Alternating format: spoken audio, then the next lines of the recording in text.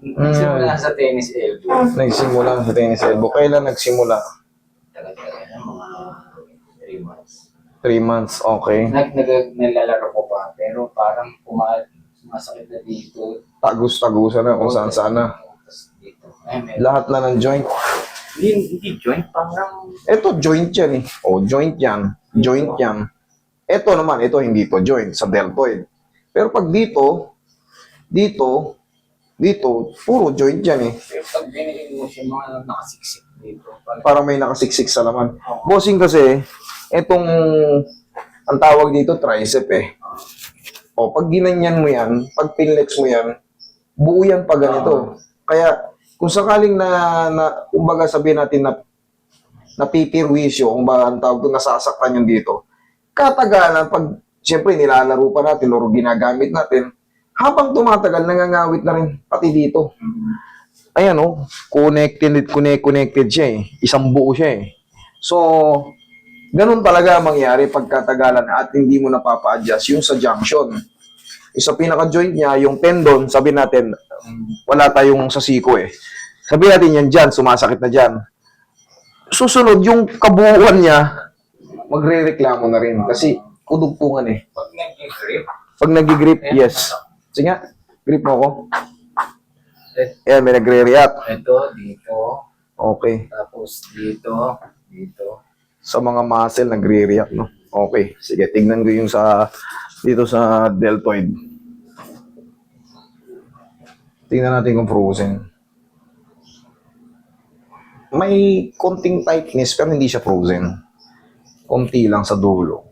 Hindi Iyan, no? frozen kasi Hindi hindi siya- na ako sa'yo na frozen dito dati. Oo. Yung frozen, okay yun. Nakakagumuban. Okay na. Pero ito, boss, ito eh. Iba yan, tennis elbow nga yan. Madali lang yan, bossing. Ay, yan, dito. Kaya Hindi natin. mo nga tatandaan. Okay, nagdala ng bangos. Kaso matagal na yun. Siguro way back 2022. Mga ganun. Oh, hindi. Maring ano, hindi, may naalala ko, maraming salamat. May nagdala rito ng bangus. Maraming salamat. Pero siyempre, bossing, pasensya ka na. Sa sobrang dami ng nakakasalubong ko.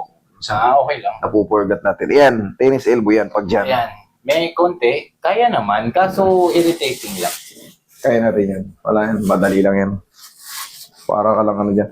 May matitira dyan, yung kaninang konti, mas konti pa. Kailangan lang baguhin lang yung position ng ano na yan. Yung radius natin. Relax lang. Actually, dalawa to eh. Radius tsaka ulna. Relax lang. Pero yung mas malaking junction dito, yung ulna. Relax lang.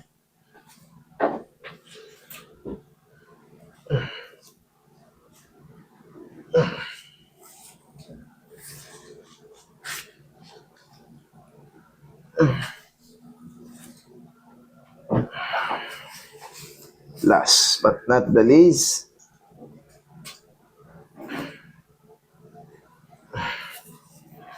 tanggalin muna natin to kasi nga ayan. Relax lang. Ayan.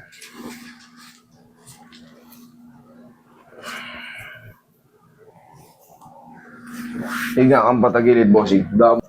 Pati yung balakang mo na, damay na rin yan. Relax lang. Kabilang side.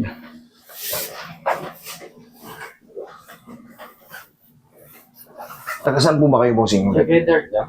Oo nga. Lapit lang pala, magkapit-bahay lang. Ito pa. Sacred Heart.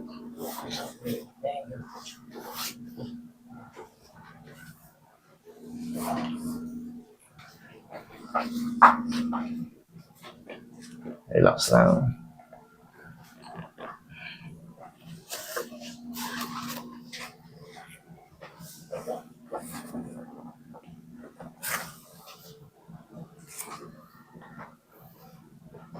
Malapit ba kayo kay Consi Echeverry? Ay, alam mo ang bahay niya. Ito lang sa may simbahan. Malapit kayo kay Karina Te, Oo. Vice Mayor.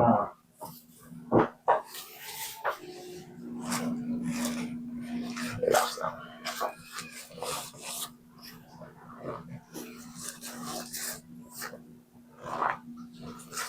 Yan. Wait ka lang dyan, bossing ah. Ay. Okay, sa hip. Yan, ano yan.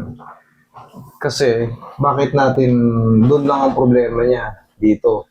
Bakit natin kailangan to? Tandaan nyo, connected to mga to sa leeg. Okay, relax lang. Siyempre, may purpose din ng lahat to. Sa balakanggang bungang na. Okay, inhale. Exhale.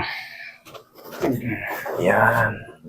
Para kahit anong kilos mo, pwede. Sige, upo ka ulit, bossing. Meron pa tayo.